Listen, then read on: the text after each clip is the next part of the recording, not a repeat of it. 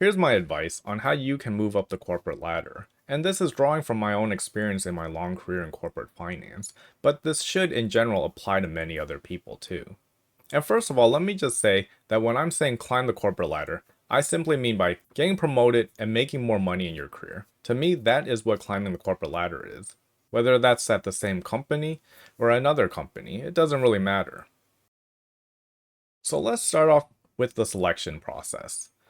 Selection, I mean, as in picking the right college that you go to, picking the right major, and picking the right company. And we'll go over these one by one in more depth. So starting at the beginning with college, or depending which part of the world you're in, you might call it university. But a common starting point for your career is typically going to be where you major in, either in your 2-year program, your 4-year program, or a trade school that you go to. But I'll focus mostly on the 4-year program because that's what I'm most familiar with.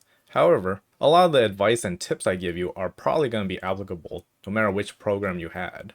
And this part, first of all, is going to be about prestige and reputation. You might be aware that some universities have better brand name recognition than other universities. For example, if I get into a good university around here, which is probably a part of the UC system, versus someone who graduates from an Ivy League program, let's say Yale or Harvard, they are generally going to have a leg up against me, and they'll probably start off in a higher role. And that's because of a combination of the prestige of their school allows them to be profiled upwards, where they're automatically assumed to be better, and due to the strength of their alumni network. And this one, probably everyone is aware of this. But your major also really matters. There's just a lot of majors out there that don't really earn that much money. So if your goal is to build wealth, and your financial goal is to build wealth, then you typically want to align and have a major that will actually make you money. And in no particular order, some of the ones that I know of on the top of my head that make you the most is software engineering, data science, marketing, sales, etc. And of course, finance, which is a career path that I'm on. The highest levels of finance usually pay pretty well too. So before you actually start your career, take a little bit of time to actually think which path you want to pursue. Because once you start, you can always pivot.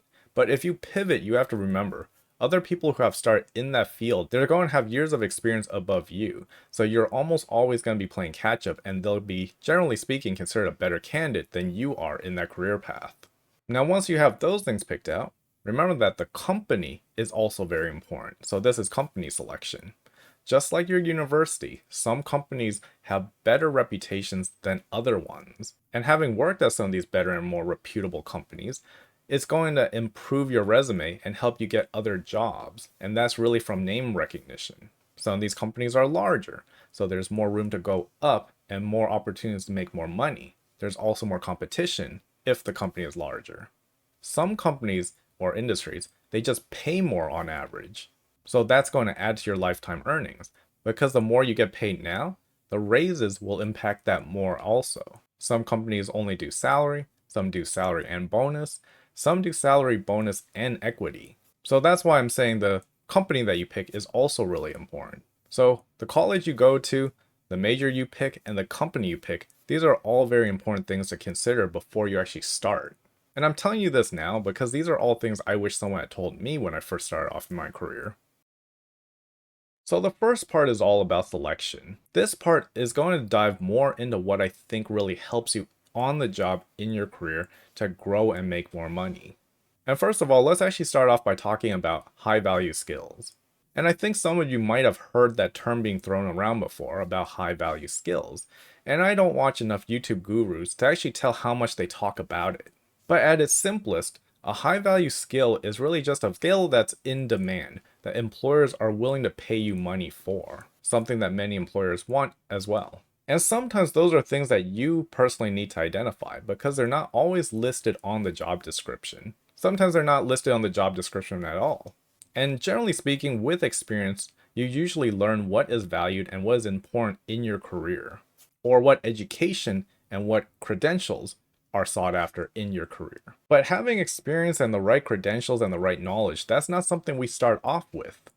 Most of us start off somewhere that's usually at the bottom rung of the corporation. And that's the time that you should really be asking questions, because at this point in time, you want to really build up your foundational skills, learn some basic knowledge, and really just have a solid foundation. Because there still is a chance that you'll be moving up the corporate ladder. But when you're a senior employee, it becomes that much harder to ask stupid basic questions. For example, when you're new in the workplace, people already understand that you're new, you don't know much, so you will ask basic or dumb questions. When you're a high up employee and you're asking the same things, it will hurt your credibility. For example, if you're a chief financial officer and you're asking basic questions like what is an accounting department or what's FP&A, you're probably not going to be the CFO for long. So like I said, a good foundation will set you up on a path of success upwards, while a bad one is going to lead you on a rocky road.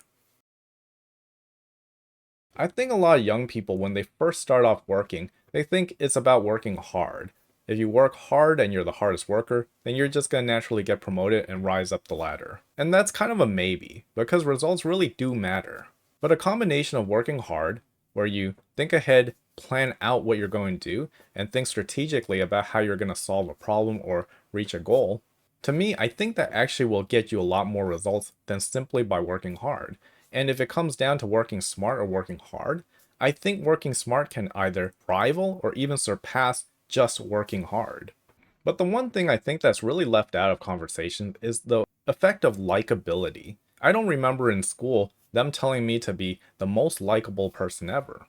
I remember being taught to work hard, sometimes to work smart, but I think most people are probably like me where they're taught just to work hard, sometimes just to work smart. There's not a lot of emphasis on being the most popular or the most liked person in the workplace. In fact, there's even those phrases like, oh, you can't be liked by everyone, which is true. You probably can't. And if you try, that's probably an impossible task. But I've seen the hardest workers that are somewhat liked lose out to the most liked people that do mediocre work. I've seen a good worker who was very well liked by her boss be promoted almost 2 times more than another good worker who was only just kind of liked by their boss. And likability is a part of the world of office politics, which becomes increasingly important the higher up the corporate ladder you go. And I know some of you might think that being likable is not the hardest thing in the world. But if you're climbing up the corporate ladder, your challenge now becomes to be more likable than the most liked person in the office or the most liked person in your department. And that's where it gets hard, because some of these things are actually a little bit out of your hands. Either some people have more practice at it, or they're just naturals at it, where they're naturally the popular person, or the boss might just be a little bit more like them. They might have more things in common, and naturally, that'll make the boss like them more than you, if you don't have the same interests or hobbies. There's even a chance they might have known each other outside of work, maybe they're family or friends, and that's something that's going to be really hard for you to compete with, because let's say if they've known each other for 10 years and you're new to the job, you're generally going to lose out in likability to their friend or family.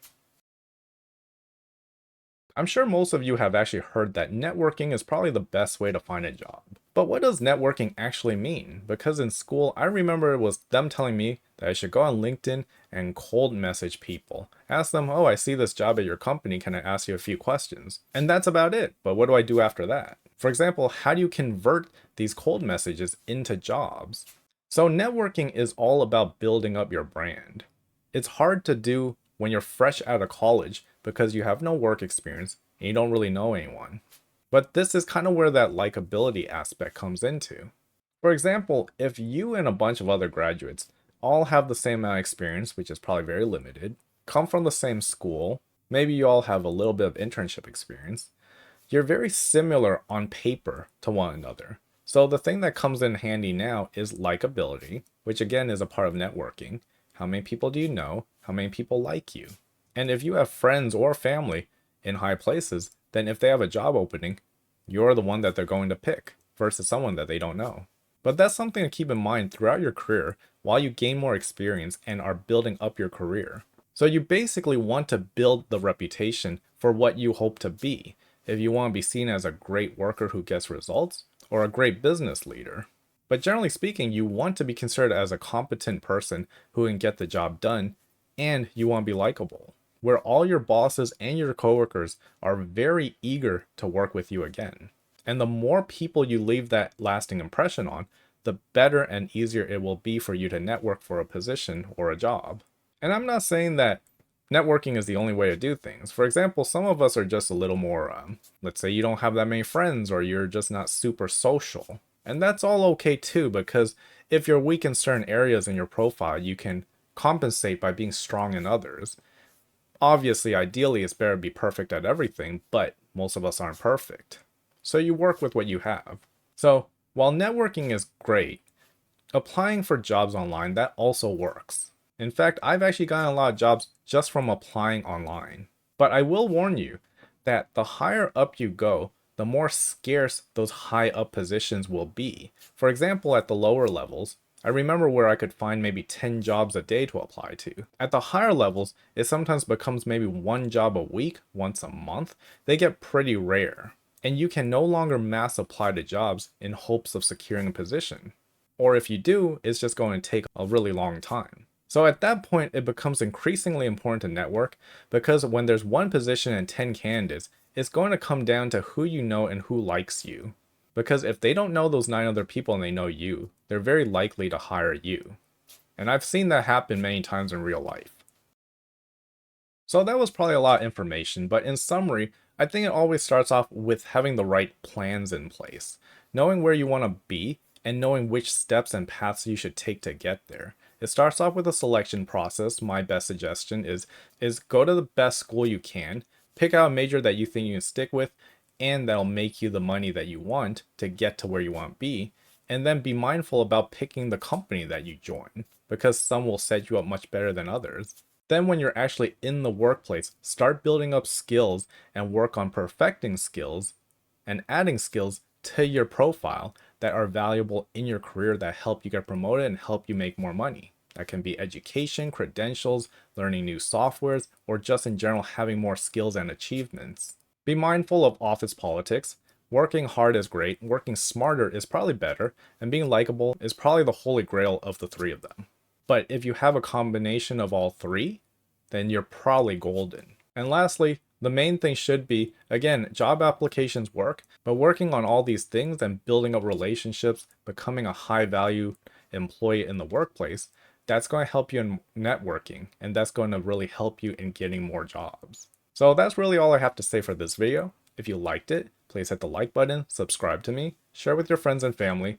Leave me a comment whether or not you liked this video to tell me how I should do better, what I did well, what you liked, and I thank you so much for watching.